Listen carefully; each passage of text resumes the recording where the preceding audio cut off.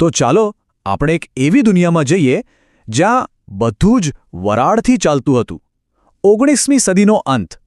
ચારે બાજુ ફેક્ટરીઓ અને ટ્રેનોનો ધુમાડો. શક્તિ તો હતી, પણ એની કિંમત બહુ મોટી હતી. વિચારો, જેટલી ઊર્જા વપરાતી હતી એમાંથી મોટા ભાગની તો ગરમી અને ધુમાડામાં જ વેડફાઈ જતી. પણ આ બધી અંધાધૂંધી વચ્ચે એક માણસ હતો, જેણે એક સપનું જોયું, એક સારો રસ્તો શોધવાનો. અને આ એ જ એક સપનાની કહાની છે. એક એવો વિચાર જેણે ખાલી એક મશીન નહીં, પણ આખી દુનિયાને ચાલવાની રીત બદલી નાખી. આ વાર્તા છે એક એવા વિઝનરીની, જેનું નામ ઇતિહાસના પાના પર હંમેશ માટે કોતરાઈ ગયું. તો ચાલો મળીએ આ ક્રાંતિના નાયકને, રુડોલ્ફ ડીઝલ. કોણ હતા આ ભાઈ? અને એવી તો કઈ દુનિયા હતી જેમાં એ મોટા થયા, જેણે એમને એન્જિનિયરિંગનો આખો ઇતિહાસ ફરીથી લખવા માટે પ્રેરણા આપી? રુડોલ્ફ ક્રિશ્ચિયન કાર્લ ડીઝલ જન્મ્યા તો પેરિસમાં 1858માં, પણ મૂળ તો જર્મન. અને એ સમય પણ કેવો હતો! ચારે બાજુ ઔદ્યોગિક ક્રાંતિ ચાલી રહી હતી, આખી યુરોપની શકલ બદલાઈ રહી હતી. અને બસ આ મશીનોની દુનિયાએ તો એમની કલ્પનાને પાંખો આપી. મતલબ નાનપણથી જ એમનામાં એક એન્જિનિયર છુપાયેલો હતો. એ એવા બાળકોમાંથી નહોતા જે ખાલી રમકડાથી રમે.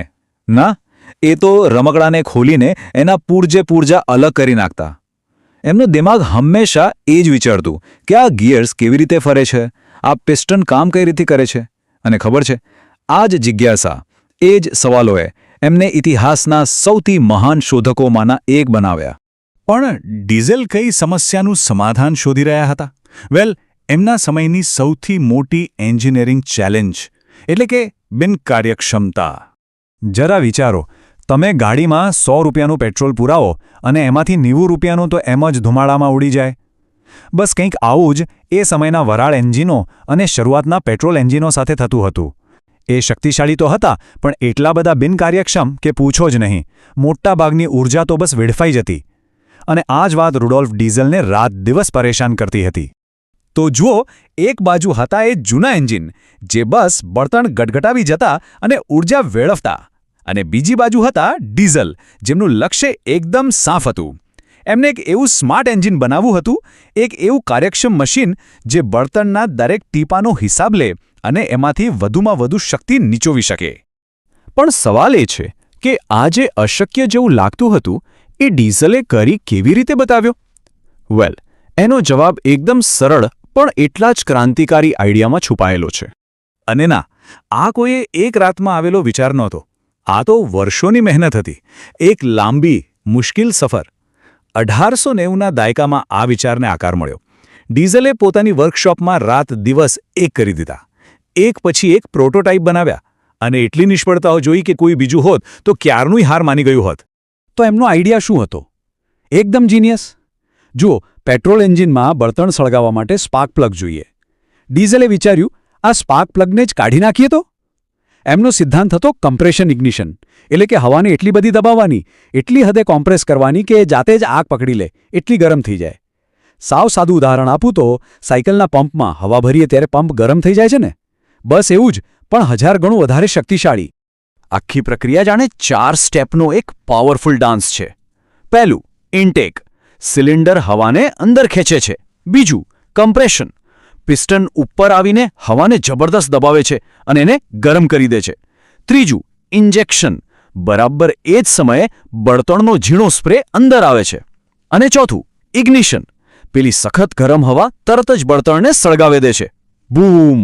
એક જોરદાર ધક્કો લાગે છે જે પિસ્ટનને નીચે ધકેલે છે. અને બસ, શક્તિ ઉત્પન્ન થાય છે.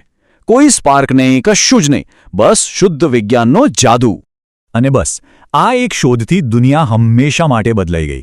આ ખાલી એક નવું એન્જિન નહોતું, આ તો એક નવી જ ક્રાંતિની શરૂઆત હતી. વિશ્વ માટે એક એન્જિન.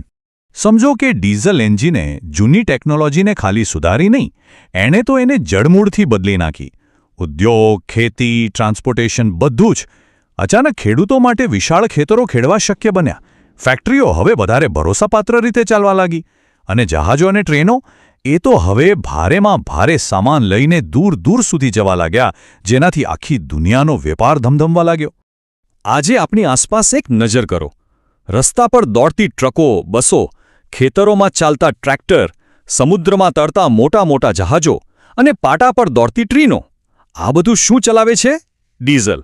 મોટા મોટા ઔદ્યોગિક જનરેટર્સ પણ ડીઝલથી જ ચાલે છે. સાચું કહું તો આ એન્જિન આધુનિક અર્થતંત્રની કરોડરજ્જુ છે.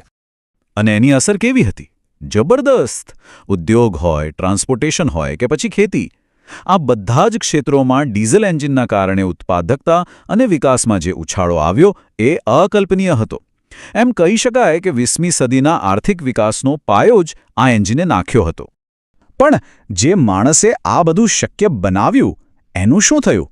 રુડોલ્ફ ડીઝલની પોતાની કહાણી એમની શોધ જેટલી જ જટિલ અને કમનસીબે દુઃખદ પણ છે.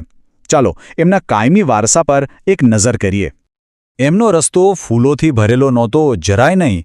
એમને ઘણી મુશ્કેલીઓનો સામનો કરવો પડ્યો. એમના પ્રોટોટાઇપ એન્જિન ફાટ્યા, આર્થિક રીતે બરબાદ થવાની અણી પર આવી ગયા, અને એ સમયના મોટા મોટા ઉદ્યોગપતિઓ તો એમને શંકાની નજરે જોતા હતા. બધાને લાગતું હતું કે એમનો આઈડિયા શક્ય જ નથી. પણ ડીઝલ હાર માને એવા નહોતા.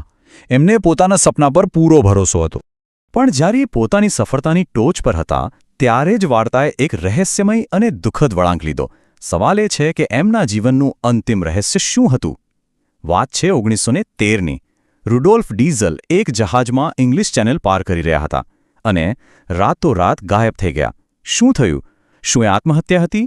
કોઈએ હત્યા કરી કે પછી કોઈ મોટું ષડયંત્ર હતું? આ સવાલોના જવાબ કદાચ ક્યારેય નહીં મળે.